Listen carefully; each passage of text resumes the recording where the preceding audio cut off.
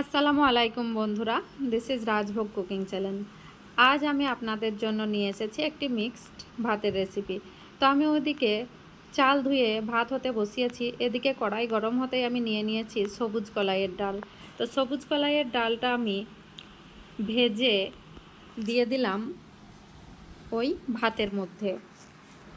ডালটিকে অতিরিক্ত মাত্রায় ফ্রাই করার দরকার নেই, মোটামুটি এর কাঁচা ভাবটা চলে গেলেই ডালটিকে আপনারা ভাতের মধ্যে মিশিয়ে দিতে পারেন। তো আমি এবার ভাতটিকে ঢেকে দিলাম। এখন এটিকে আমি হতে বসিয়েছি। তো কিছুক্ষণ বয়েলড হবার পর উল্টো দিকে আমি একই কড়াইতেই কিছুটা তেল দিয়ে কড়াইটাকে গরম হতে বসিয়েছি।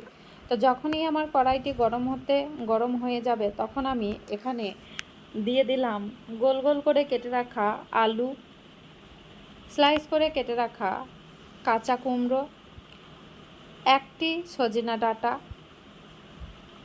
এবং দিয়ে দিলাম কয়েকটি কাঁচা লঙ্কা চেরা। এগুলিকে আমি ভালোভাবে তেলে উল্টে পাল্টে ফ্রাই করে নেব। এদিকে ভাত আমার মোটামুটি 30% হয়ে এসছে। তো এমতো অবস্থায় আমি মিশিয়ে দিলাম মুসুর ডাল। মুসুর ডালটি প্রথমেই দেওয়া যাবে না, কেননা মুসুর ডাল খুবই নরম, এটি গলে যাবে। অন্যদিকে কিন্তু আমার সবজিগুলি খুব সুন্দরভাবে ফ্রাই হয়ে এসছে। এর সঙ্গে আমি অ্যাড করে দিয়েছি টমেটো। এবার আমি অ্যাড করে দেবো বাঁধাকপি। টমেটো বাঁধাকপিগুলোকে সবজির সঙ্গে মিশিয়ে আমি আরও কিছুক্ষণ হতে দেব। এগুলিকে আমি কিছুক্ষণকার জন্য 1 টেবিল চামচ পরিমাণ লবণ দিয়ে ঢেকে দেব। আমার লবণটি দেওয়া হয়ে গেছে। তো এবার আমি কিছুক্ষণকার জন্য নেড়েচেড়ে এটিকে ঢেকে দেব। তো 2-4 মিনিট পরই আমি ফিরে এসেছি। ঢাকা তুলে নেবার পর এগুলি অনেকটাই ফ্রাই হয়ে এসছে। তো এর মধ্যে থেকে কাঁচা ভাবটা নেই এবং এটি প্রায় 50% কুকড হয়ে এসছে। এবার আমি এই সবজিটিকে ভাতের সঙ্গে মিশিয়ে দেব।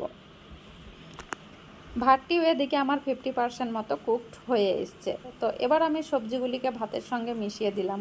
আবারও আমি কিছুক্ষণ ধরে এগুলিকে নেড়ে চেড়ে কুকড হতে দেব। তো আমি এবার এটাকে ঢেকে দিলাম। ঢাকা তুলে এটির মধ্যে আমি 1 টেবিল স্পুন পরিমাণ লবণ দিয়ে দেব। লবণটি দেওয়া হয়ে গেলে আমি আবারও কিছুক্ষণ এটিকে হতে দেব।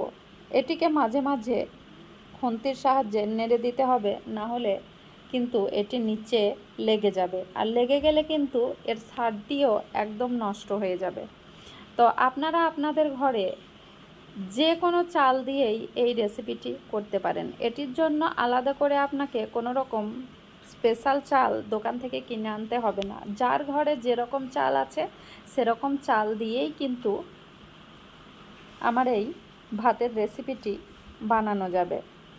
তো আপনাদের হাতে যখন সময় খুবই কম থাকবে, কম সময়ের মধ্যে কিছু আপনাদেরকে রান্না বা অ্যারেঞ্জ করে খেতে হবে, সেই সময় আপনারা আমার এই রেসিপিটি একবার ট্রাই করে দেখে নিতে পারেন। এটি কিন্তু স্বাদে অতুলনীয় এবং সমস্ত রকম কাঁচা সবজি থাকার কারণেও এটি গুণগত মানও অনেক উন্নত। তো আমার কিন্তু এটি প্রায় হয়ে এসছে, আর আমি কিছুক্ষণকার জন্যই এটাকে কুক করে নামিয়ে নেব। তো আমার এখানে কিছুটা পরিমাণ লবণ কম ছিল বলে আমি পুনরায় একটু চেখে দেখে নিয়ে লবণটা অ্যাড করে দিয়েছি। লবণটা অ্যাড করার পর কিন্তু আমি আবারও কিছুক্ষণ নেড়ে চেড়ে নিচ্ছি। দেখতেই পাচ্ছেন কত সুন্দর সবজিগুলো আমার কুকড হয়ে এসছে এবং চালটাও প্রায় কুকড হয়ে এসছে। এটাকে কিন্তু ঘন ঘন নেড়ে দিতে হবে, না নেড়ে দিলে কিন্তু এটি তলায় একেবারেই লেগে যাবে। আমার কিন্তু এবার আমি এটিকে নামিয়ে নেব, কেননা এটা আমার একদমই ফাইনাল লুক। তো এবার কিন্তু এটিকে আমি নামিয়ে নেব। এটি কত সুন্দর দেখতে লাগছে দেখতেই পাচ্ছেন। আমি উল্টো দিকে থালা নিয়ে চলে এসেছি। এটাকে আমি এবার সার্ভের জন্য রেডি করব। তো যতক্ষণ আমার ওদিকে ভাতটি রেডি হচ্ছিল আমার একটা আলু বয়েলড করা ছিল, তো আমি সেই আলুটাকে রেডি করে নিয়েছিলাম। তো আমি এখানে নিয়েছি সামান্য পরিমাণ আলুর ভর্তা, নিয়ে নিলাম একটি বেগুন ভাজি, দিয়ে দেব এর উপরে 1 টেবিল চামচ পরিমাণ ঘি। এবারে আপনি এটিকে পরিবেশন করতে পারেন। আমার এই রেসিপিটি ভালো লাগলে একটি লাইক এবং সাবস্ক্রাইব করে দেবেন। ধন্যবাদ।